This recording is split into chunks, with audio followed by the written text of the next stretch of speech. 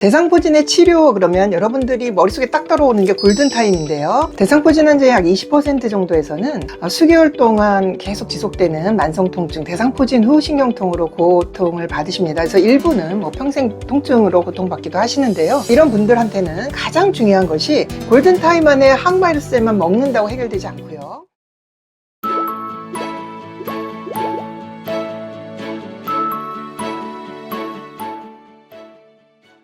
안녕하세요. 통증 캐치한 닥터 통쾌한의 한경림입니다. 오늘은 대상포진에 대해서, 대상포진은 어떤 병이고 또 치료는 어떻게 해야 되고 어떤 것이 중요하고, 그리고 대상포진에 대한 여러분들의 오해와 진실 세 가지에 대해서 말씀드리도록 하겠습니다.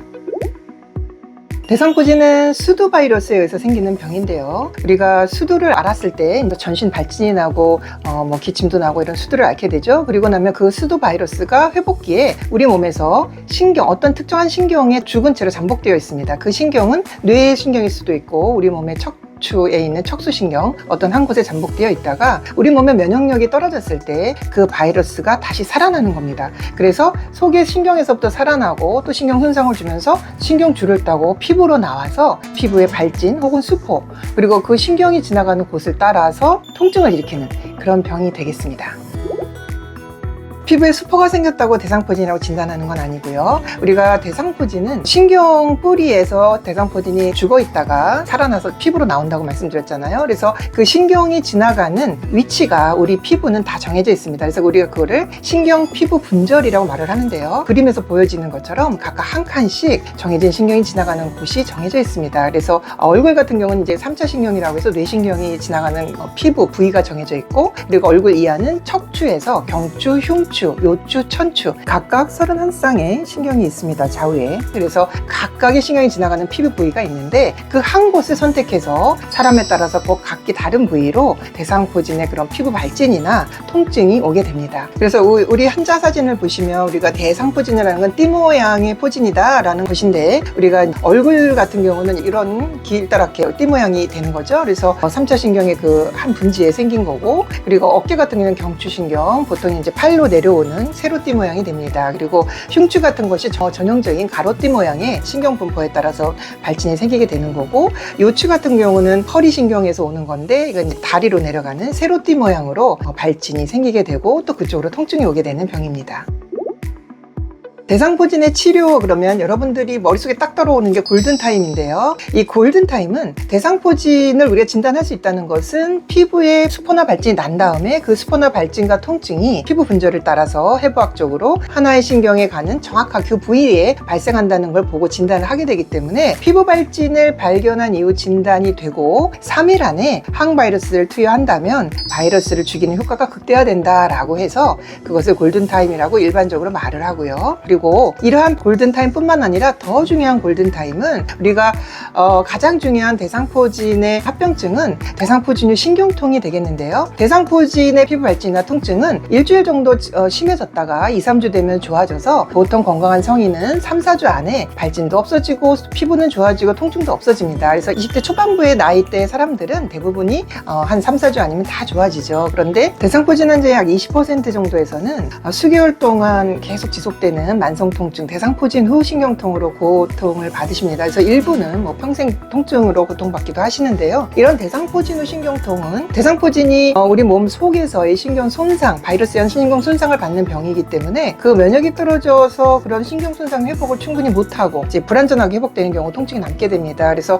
대부분 연령에 비례하는데 50대 이상에서 잘 일어나고요. 그리고 면역이 많이 억제된 경우로 암 치료를 한다든지 아니면 면역계가 좀 불균형인 경우들, 당뇨라든지 고지혈증 이런 대사질환을 갖고 있는 분들, 그리고 최근에 대상포진을 앓고 있는 이 동안에 굉장히 스트레스 상황에 처해 있는 분들 같은 경우에는 대상포진 후 신경통으로 고통을 받을 가능성이 높습니다. 그래서 이런 분들한테는 가장 중요한 것이 골든타임 안에 항바이러스제만 먹는다고 해결되지 않고요. 더 중요한 골든타임은 우리가 피부 병변이 다 아물기 전이 급성기라고 보는 겁니다. 그래서 그 1주, 2주, 대상포진이 생긴 1주, 2주 안에 대상포진이 생긴 신경에 직접 신경을 찾아서 약물을 투여해서 통증을 가라앉히고 신경 손상을 좀 회복할 수 있는 그런 신경 주사 치료를 받는 것이 대상포진 후 신경통의 합병증을 줄이는 데 가장 도움이 되는 치료라고 하겠습니다.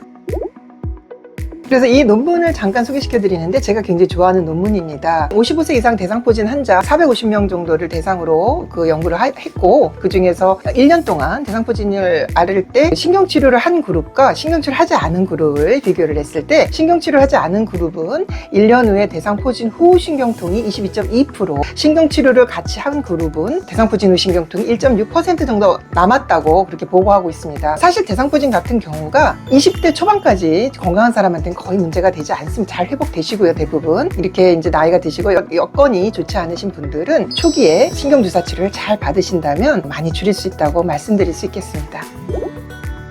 제가 대상포진에 대한 오해와 진실 3가지를 말씀드리려고 하는데요. 첫 번째는 대상포진을 피부에 놨던 거를 그냥 놔두면 신경으로 퍼진다면서요, 신경으로 들어간다면서요, 이렇게 말씀을 하시는데요. 앞서 제가 말씀드린 것처럼 대상포진은 피부에서 생기는 병이 아닙니다. 우리 몸의 속 안에 내신경이나 아니면 척수신경의 뿌리, 감각신경 뿌리라고 하는데 저 속에서부터 대상포진이 잠복되어 있다가 우리 몸의 면역력이 그걸 억누르지 못할 때 대상포진 바이러스가 살아나면서 신경줄을 따라서 피부로 나오는 병입니다. 그래서 대상포진은 피부에서 오래 잘 치료를 못하면 신경으로 들어가는 게 아니고 속 안에 있는 신경에서부터 신경줄을 따고 피부로 나와서 우리가 알게 되는 신경병이고, 따라서 신경통을 유발하는, 그리고 만성 통증을 남길 수 있는 그런 병이라고 이해하시면 되겠습니다.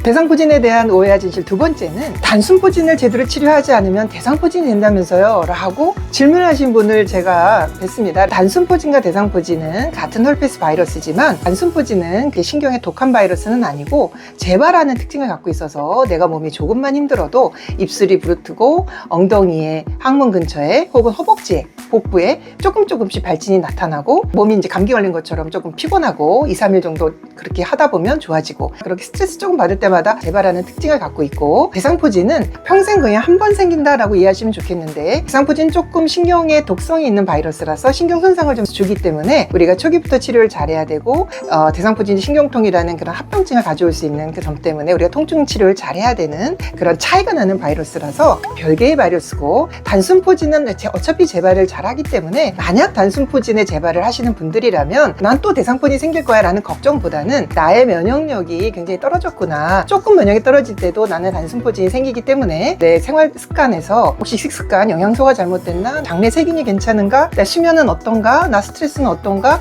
운동을 하고 있나, 이런 것들을 돌아보시는 것이 중요하지, 절대 단순포진이 대상포진으로 가는 것은 아닙니다. 대상포진에 대한 오해와 진실 세 번째는 대상포진은 재발을 잘한다 라고 알고 계시는 분들이 많은데, 문헌적으로는 한 5% 정도 재발률을 보고하고 있는데요, 저의 많은 임상 경험으로 보면 1% 미만이다 라고 말씀을 드릴 수 있습니다. 그래서 1%를 재발하는 것도 많이 한다라고 말한다면 많을지 모르겠지만 대상포진은 그렇게 재발을 하는 병이 아닙니다. 오늘은 대상포진에 대해서 전반적인 이야기를 나눠봤고요, 특히 여러분들이 알고 계시는 대상포진에 대한 오해와 진실 3가지에 대해서 말씀을 드렸습니다. 통증 없는 삶, 우리들의 관리입니다. 통증 더 이상 참지 마세요.